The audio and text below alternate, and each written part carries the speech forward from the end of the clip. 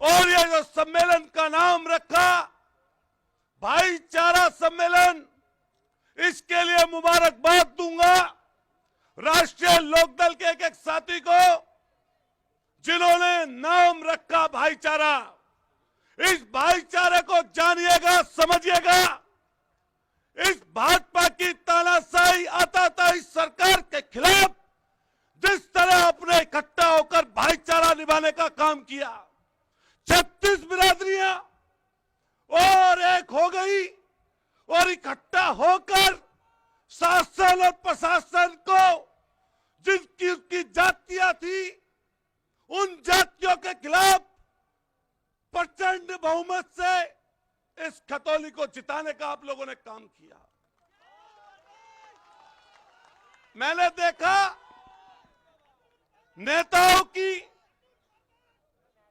नेताओं की भाषा बदल गई थी। भाजपा के लोग इतने घमंड में थे कि पहले से ही जीत तय कर रखी थी। यहां के मंत्री और संतरी दोनों मिल गए थे और दोनों ने मिलकर यह मन बना लिया अपने ही मन में कि जीतेंगे तो हम ही जीतेंगे। लेकिन जनता जब इकट्ठी होती है, यहां पर दलित, अगड़े, पिछड़े, अकलियत के लोगों ने यह ठान लिया कि कितनी भी जाति कर लो, इस बार तुम्हारा कोई यहां पर दांव चलने वाला नहीं है। लोगों ने निजी हमले किए। कोई लोनी से आ रहा है, कोई मेरठ से आ रहा है, कोई दूर से चलकर आ रहा है। मैं बधाई देना चाहता हूं एक एक नौजवान साथी को। हर जाति के साथ साथ मैं उन लोगों को भी कहना चाहता हूं जिन लोगों ने 2014 में, 2017 में, 2019 में, 2022 में उन लोगों की मदद करने का काम किया। डाकू बताते हैं, डाकू, अरे अपनी गिरवान में झांक कर देखो, अपनी गिरवान में झांक कर देखो, क्या कर रहे हो तुम लोग। किसान परेशान, नौजवान परेशान, गरीब परेशान, दलित परेशान। ये तो भगवान ने, ईश्वर ने लोगों को इकट्ठा कर दिया और बाबा साहब को मानने वाले लोगों को इकट्ठा कर दिया और इकट्ठा होकर यह जीत दिलाने का काम किया। अब बराबर सरदला हो, बराबर ये खतौली हो, इसके बराबर में बुढ़ाना हो, बराबर में मीनापुर हो, पुरका जी हो, एक आध सीट बची है चरथावल हो, इसको 2024 में जिताने का काम कर देना दोस्तों, साथियों।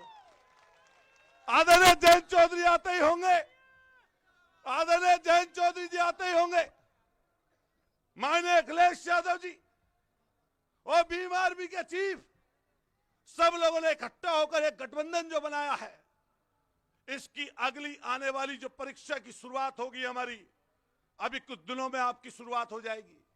और 2024 में आप नजदीक से देखकर देखिएगा, चाहे सहारनपुर हो, केरला हो, मुजफ्फरनगर हो, बिजनौर हो, मेरठ हो, या आसपास की जितनी लोकसभा सीटें हैं, हम और आप जिस गठबंधन पर चल निकले हैं, कोई माई का लाल नहीं 2024 में हम लोगों को हरा दे। मैंने देखा, सुन रहे होंगे एलआईओ के लोग, प्रशासन के लोग, मदन भैया मेरठ से आ रहे थे, रास्ते में रोका। मैंने मन में आया कि मुख्यमंत्री की भी इतनी सुरक्षा नहीं रही होगी।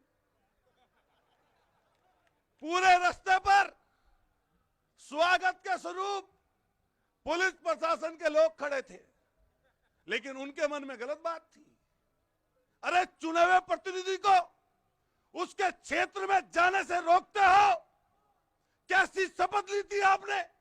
यह शपथ ली थी कि भाजपा की गुलामी करोगे, भाजपा की गुलामी पर चलोगे, रोकने का काम करते हो। यह ध्यान रखना, जब सरकारें बदलती हैं तो ऐसे लोगों के ही नाम चिन्हित होते हैं। ये मंडी में प्रोग्राम हो रहा है। मैं बधाई दूंगा समाजवादी पार्टी राष्ट्रीय लोकदल के कार्यकर्ताओं को। मंडी का परमिशन कर दी सीओ ने, एसडीएम ने परमिशन कर दी, इंस्पेक्टर ने।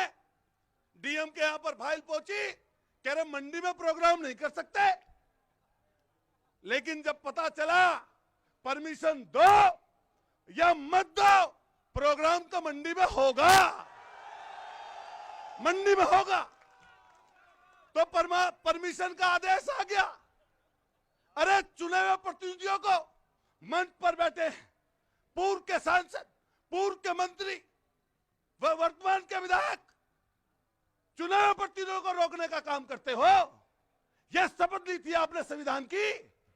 मैं मीडिया के माध्यम से कहना चाहता हूं, ये जो अधिकारी लोग हैं, मैंने देखा इस सरकार में अफसरशाही हावी है। हम चले गए एक बड़े व्यक्ति के पास, उस ओहदे का नाम नहीं लेना चाहता। मैंने कहा कि विधायकों की बात अधिकारी लोग कम सुन रहे हैं। तो उन्होंने कहा कि तुम तो विपक्ष के हो, तुम्हारी तो सुन ली जाती है, सरकार वालों की कुछ भी नहीं सुनी जाती। कि थोड़ी मोरी तुम्हारी तो सुन ली जाएगी, सरकार वालों की इतनी भी नहीं सुनी जा रही। खुली छूट। जिस तरह खेतों में खुले चल रहे हैं सांड, ऐसे ये लोग खुले हैं। अरे भैया रुक जाओ, तो आई ना रहे थोड़ी देर। चौ साहब 10 मिनट में पहुंच रहे हैं। हाँ बस मैं और 5 मिनट बोल लूं अध्यक्ष जी। अरे ऐसा ना, जब 5-4 मिनट का तो थोड़ा गर्मा हुआ इंजन। तो चोई साहब आने वाले हैं, ज्यादा ना बोल के बस इतना कहूंगा। और सारी बिरादरियों के लोग बैठे हैं यहां पर, अगड़े पिछड़े दलित सब, हमारे किसी बिरादरी के लोग हों, सैनी, कश्यप, पाल, जोगी, प्रजापति, नाई, धोबी, अपना जाटव, वाल्मीकि, त्यागी जी, और त्यागी जी ने भी 100 ट्रैक्टर निकाले। लेकिन एक बात ध्यान रखना, मैं मदन भैया के साथ साथ कोई किसी बिरादरी का व्यक्ति बुरा नहीं मानेगा। हमारा हर जाति के व्यक्ति से जुड़ाव है। एक जाति नहीं जिताती, सब लोग मिलकर जुड़ाते हैं। जो लोग जातियों को जोड़ ले वो ताकतवर हो जाता है, और जो तोड़ दे वो पीछे रह जाता है। लेकिन एक बात कहना चाहता हूं, खास तौर से गुर्जर समाज के लोगों से। माने जयंत चौधरी जी ने आपके दरवाजे पर विधायक ला कर दी है। अगर 2024 में हम सब लोगों को इस कार्य में उतारना पड़ेगा। यह ध्यान रखना, जिन लोगों को 2014 में वोट दी थी, जिन लोगों ने 2019 में आपने वोट दी थी, उन लोगों ने क्या किया? गुंडा बताते हो, बदमाश बताते हो किसी जात को। अपने गिरमान में जाग कर देखो। और इसका बदला जो एकजुटता यह हुई है, यह 2024 में आपका किला ढाने का काम करेगी। दिल्ली को जीतने का काम हम लोग करेंगे। एक बार हाथ उठाकर बताइए, सब बिरादरी वर्ग के लोग यहां पर बैठे हैं। ये जो एकता है, ये सिर्फ इस चुनाव भर की नहीं है। ये लड़ाई अभी खत्म नहीं हुई। ये लड़ाई तब तक चलेगी जब तक ये तानाशाह अपनी गद्दी से हट ना जाए। इसलिए इकट्ठे रहना, एकजुट रहना।